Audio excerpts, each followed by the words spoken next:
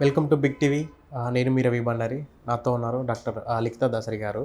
And ఈ రోజుల్లో పక్షవాతం అనేది కొంచెం కాంప్లికేటెడే. అండ్ ఏజ్ డిఫరెన్స్ కూడా కొందరికి ఉండట్లేదు. చాలా సడన్గా వచ్చేస్తుంది. సో దీని గురించి క్లియర్గా మేడంని అడిగి తెలుసుకుందాం. Hello ma'am. హలో. పక్షవాతం. సో బేసిక్గా ఏంటంటే ఇది ఏజ్ డిఫరెన్స్ లేకుండా సడన్గా ఇలా రావడం అనేది చాలా ఇంపాక్ట్ చూపిస్తుంది. యాక్చువల్లీ పక్షవాతం అనేది మేబీ ఒక ఫ్యామిలీలో పేరెంట్స్లో ఒకరికి రావడం వల్ల కూడా ఫ్యామిలీ పైన కూడా చాలా ఇంపాక్ట్ చూపిస్తుంది.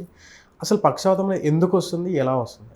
సో పక్షవాతం అంటే మెడికల్ టర్మ్లో పెరాలిసిస్. సో పెరాలిసిస్ అనేది చాలా రీజన్స్ వల్ల రావచ్చు. ఒకటి, మన బ్రెయిన్లో బ్లడ్ క్లాట్ అవ్వడం వల్ల, లేదు ఏదైనా వెజిల్ ప్రెషర్ ఎక్కువై బర్స్ట్ అవ్వడం వల్ల రావచ్చు. మన నెక్లో కొన్ని వెజిల్స్ ఉంటాయి, కెరోటిడ్ ఆర్టరీస్ అని. కొలెస్ట్రాల్ ఎక్కువ అవ్వడం వల్ల ఆ కెరోటిడ్ ఆర్టరీస్ బ్లాక్ అయ్యి అక్కడ నుంచి ఏదైనా ఒక బ్లాక్ వెళ్ళి బ్రెయిన్లో వెళ్ళడం వల్ల ఎంబాలిక్ స్ట్రోక్ అంటాం, అలాంటివి రావచ్చు. మీకు జనరల్ టర్మ్లో పక్షవాతమే, 4 కాళ్ళు చేతులు పడిపోయినాయి అంటాం. బట్ ఒక ట్రీటబుల్ కాజ్ కూడా ఉంటుంది. యూజువల్గా ఏంటంటే అలాంటి కండిషన్స్ మనం ఏదైనా బయట ఫుడ్ ఇన్ఫెక్షన్స్ వస్తాయి, చాలా రేర్. బట్ ఇట్స్ అంటే ఈ మధ్య చాలా ఎక్కువే చూస్తున్నాం మన బయట ఈటింగ్ హ్యాబిట్స్ వల్ల. సో ఏదైనా బాడీలోకి ఏదైనా ఇన్ఫెక్షన్ వచ్చింది అంటే అది బ్రెయిన్ మీద ఎఫెక్ట్ చేసి కూడా మనకి ఈ 4 లిమ్స్ అనేది ప్యారలైజ్ అవ్వచ్చు. బట్ మనం దానికి ఇమ్యునోగ్లోబులిన్స్ అలాంటివి ఇస్తే కనుక దాని గులియన్ బ్యారీ సిండ్రోమ్ అంటాం, అలాంటి వాటిని ట్రీట్ చేయొచ్చు. ఎంత ఫాస్ట్గా పారాలసిస్ వచ్చిందో అంత ఫాస్ట్గా రికవరీ కూడా ఉంటుంది దానికి. బట్ మోస్ట్ కామన్గా మనం చూసేది ఈ బ్రెయిన్ స్ట్రోక్స్, క్లాట్ వల్ల, బ్లీడ్ వల్ల వచ్చే ఎంబాలిక్ స్ట్రోక్స్ వల్ల. ఈ మూడింటివి మోస్ట్ కామన్. దీనికి రిస్క్ ఫ్యాక్టర్స్ ఏంటి అంటే, first and primary risk factor is BP, blood pressure. Okay. And diabetes, obesity, వీటన్నిటి వల్ల మనకి బాడీలో కొలెస్ట్రాల్ లెవెల్స్ అనేవి ఎక్కువయ్యి దానివల్ల కూడా మనకి ఈ బ్లాక్స్ కానీ బ్లీడ్స్ కానీ అవ్వచ్చు. ఓకే. అంటే బేసిక్గా పక్షవాతం పారాలసిస్ అనేది ఓవర్ థింక్ వల్ల ఏమైనా వస్తుందా? స్ట్రెస్ ఎక్కువగా తీసుకోవడం వల్ల అనేది? సో ఏం లేదు. స్ట్రెస్ ఎక్కువ తీసుకోవడం వల్ల ప్రెషర్ ఎక్కువైతే, అంటే బ్లడ్ ప్రెషర్ ఎక్కువైతే దానివల్ల వచ్చే ఛాన్స్ ఉంటుంది. But not because of just stress వల్ల. ఓకే. అండ్ మోర్ ఓవర్ అంటే ఆల్కహాల్ తీసుకోవడం కానీ, లేకపోతే బాడీలో ఎక్కువగా ఇన్ఫెక్షన్ ఉండడం వల్ల ఏమైనా వస్తుందా? Smoking is big risk factor. Smoking వల్ల మనకి ఎథెరోస్క్లెరోసిస్ చేంజెస్ అవుతాయి. ఎథెరోస్క్లెరోసిస్ చేంజెస్ అంటే మన బ్లడ్ వెజల్ వాల్ చుట్టూ కూడా మన ఫ్యాట్ డిపాజిషన్స్ అవుతూ ఉంటాయి. అది అయ్యి it forms a block. Okay. ఆ బ్లాక్ అయినప్పుడు డెఫినెట్గా మనకి స్ట్రోక్ ఛాన్సెస్ 100% ఎక్కువే. అది కార్డియాక్ స్ట్రోక్ అవ్వచ్చు, బ్రెయిన్ స్ట్రోక్ కూడా అవ్వచ్చు. ఓకే.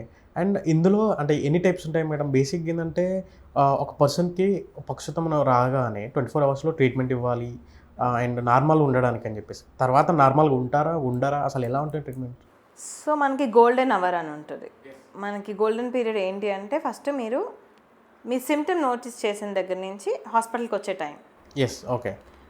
ఆ టైం ఎంత ఎర్లీగా ఉంటే రికవరీ అంత ఫాస్ట్ ఉంటుంది. అండ్ ఇంకోటి ఏంటంటే 2 types of strokes I told you కదా, ఒకటి క్లాట్, ఒకటి బ్లీడ్. సో క్లాట్ అనేది ఏంటి అంటే, మనం as early as possible treat చేస్తే 100% ట్రీటబుల్. ఓకే. సో మనం యాంటీకోయాగులెంట్స్ ఇస్తాం వాళ్ళకి, ఇంజెక్టబుల్స్. సో క్లాట్ కరిగిపోవడానికి. ఓకే. సో మనకి అది వాళ్ళు ఎర్లీగా వస్తే ఫాస్ట్గా ఇంజెక్షన్ ఇస్తే అది ట్రీట్ చేసేస్తే దే విల్ బి నార్మల్. కానీ మనం ఆ టైం తర్వాత అరౌండ్ 6 hours ఆ తర్వాత వచ్చారంటే డెఫినెట్గా even if you give anticoagulant there is no use, clot form అయిపోయిన తర్వాత. ఓకే. అండ్ మీరు 2 types చెప్పారండి, clot and bleed. So bleed అనేది ఆర్ క్లాట్ అనేది, ఈ 2 types ఎలాంటి హ్యాబిట్స్ ఉన్న వాళ్ళకి ఎక్కువగా వస్తాయి? అన్కంట్రోల్ బ్లడ్ ప్రెషర్ ఉన్న వాళ్ళకి బ్లీడ్స్ మోస్ట్ కామన్. ఓకే. అంటే ప్రెషర్ అంటే ఏంటి, మన బాడీలో బ్లడ్ ఫ్లో అయ్యే ప్రెషర్, బ్లడ్ ప్రెషర్ అంటే. సో ఆ ప్రెషర్ ఎక్కువ ఉన్నప్పుడు మన బ్లడ్ వెసల్స్కి ఒక రెసిస్టెన్స్ ఉంటుంది. ఆ రెసిస్టెన్స్ని మించి మన ప్రెషర్ ఎక్కువైనప్పుడు అది దాటుకొని బయటకు వెళ్ళిపోతుంది. So that is most common bleed. Clot అనేది మోస్ట్ కామన్ ఇన్ ఇప్పుడు స్మోకర్స్ కానీ, లేకపోతే హై ఫ్యాటీ డైట్స్ తింటూ కొలెస్ట్రాల్ ఫార్మేషన్ రిస్క్ ఎక్కువ, సెడెంటరీ లైఫ్ స్టైల్స్ అంటే ఎక్కువ నడవకుండా కూర్చున్న చోటు నుంచి లెగవకుండా ఇలాంటి వాళ్ళకి కొలెస్ట్రాల్స్ అనేది ఫామ్ అయ్యి దానివల్ల వచ్చే ఎక్కువ ఛాన్సెస్ మనకి ఈ క్లాట్ ఉన్న స్ట్రోక్స్. ఓకే, అంటే బేసిక్గా ఇది ఒకవేళ డిసీజ్ వచ్చిన తర్వాత ట్రీట్మెంట్ లాంగ్ టర్మ్ తీసుకోవాలా లేకపోతే కొన్ని రోజులు తీసుకుంటే సరిపోతుందా, ఎలా ఉంటుంది? టెండెన్సీ ఉన్న వాళ్ళకి డెఫినెట్గా లాంగ్ టర్మ్ మెడికేషన్ ఇస్తారు. అదే అంటే దీనికి సంబంధించి ఒక్కటే కాదు, కొలెస్ట్రాల్ ఉన్న వాళ్ళకి కొలెస్ట్రాల్ తగ్గడానికి ఇలాంటివి ప్రొలాంగ్డ్ మెడికేషన్స్ ఉంటాయి. ఇప్పుడు యాంటీకోయాగులెంట్స్ ఇస్తాం క్లాట్స్ ఉన్న వాళ్ళకి, అలాంటివి ప్రొలాంగ్డ్ మెడికేషన్స్ ఉంటాయి. దెన్ డెఫినెట్గా ఈ బ్లీడ్ ఇలాంటి వాళ్ళకి హైపర్ టెన్షన్ మెడికేషన్స్ ఇస్తాం, అది లైఫ్ లాంగ్ వాడాల్సి ఉంటుంది. ఓకే, సో బేసిక్ మెడికేషన్ అయితే they have to use life long. అన్నీ కాకపోయినా ఇనీషియల్గా వచ్చినప్పుడు ఇచ్చే అన్ని ఇంజెక్షన్స్ ట్యాబ్లెట్స్ కాకపోయినా డెఫినెట్గా. ఓకే, అంటే క్లాట్ అండ్ బ్లీడ్లో 2 టైప్స్లో మేడం, 2 టైప్స్ పేషెంట్స్కి అంటే వాళ్ళకి హెల్త్ కండిషన్ ఇంకా ఫర్దర్గా ఫ్యూచర్లో ఇంకా ఎలా ఉంటుంది వాళ్ళ హెల్త్ కండిషన్ అనేది? అంటే బేసిక్గా వాళ్ళు స్ట్రోక్ వచ్చిన వాళ్ళకి తర్వాత ఎలా ఉంటుంది అంటారా? స్ట్రోక్ వాళ్ళకి ఫుల్ రికవరీ అనేది ఒక 3 to 6 months పడుతుంది. ఓకే, 3 to 6 months తర్వాత కూడా అందరూ రికవర్ అవుతారని లేదు, వచ్చిన స్ట్రోక్ ఇంటెన్సిటీని బట్టి ఉంటుంది.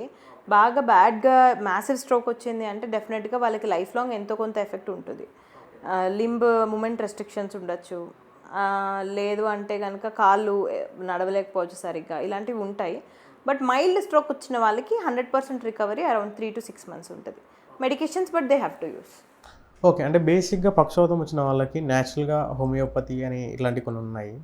సో ఆ విధంగా కూడా వాళ్ళకి న్యాచురల్గా తగ్గొచ్చు అండ్ నార్మల్ పొజిషన్కి మళ్ళీ వస్తారు అనేది చెప్తూ ఉంటారు. సో అది ఎంతవరకు నిజం అంటారు? ఐఎమ్ నాట్ అగెయిన్స్ట్ ఎనీథింగ్, కాకపోతే నాకు దాని రీసెర్చెస్ తెలియదు. ఐ డోంట్ నో ఎంతవరకు రీసెర్చెస్ ఉన్నాయి అనేది. మెడికల్గా we have all the researches and proofs. Okay, నేను వాళ్ళని అది వాడొద్దని చెప్పను, బట్ ఈ మెడికేషన్ కూడా వాడమని చెప్తాను. ఓకే, అండ్ అంటే ఇది ఎఫెక్ట్ అయిన తర్వాత స్ట్రోక్ వచ్చిన వాళ్ళ తర్వాత వాళ్ళ ఫుడ్ డైట్ అనేది ఎలా ఉండాలి? ఎప్పుడైనా స్ట్రోక్ వచ్చినా రాకపోయినా, షుగర్ వచ్చినా రాకపోయినా, ఏదున్నా హెల్తీగా తిని ఇంట్లో తింటే కష్టాలే లేవు. ఓకే, హెల్తీ ఫుడ్ అనేది must and should. Okay, so చూసారు కదండి, డాక్టర్ లిఖితా దాసరి గారు మనకు హెల్త్ టాపిక్స్ పైన చాలా క్లియర్గా సొల్యూషన్ ట్రీట్మెంట్ అనేది ఎలా ఉంటుంది ఎలా అనేది. సో మీకు కూడా ఏమైనా డౌట్స్ ఉంటే కింద మేడం నెంబర్ స్క్రోల్ అవుతుంది, ఆ నెంబర్కి కాల్ చేసి కన్సల్ట్ అవ్వండి. Thank you so much. Hello అండి, నేను doctor Likhitha Dasari, consultant general physician and diabetologist, doctor Likhitha's general health clinic, Kondapur. For more videos like this, subscribe Big TV channel.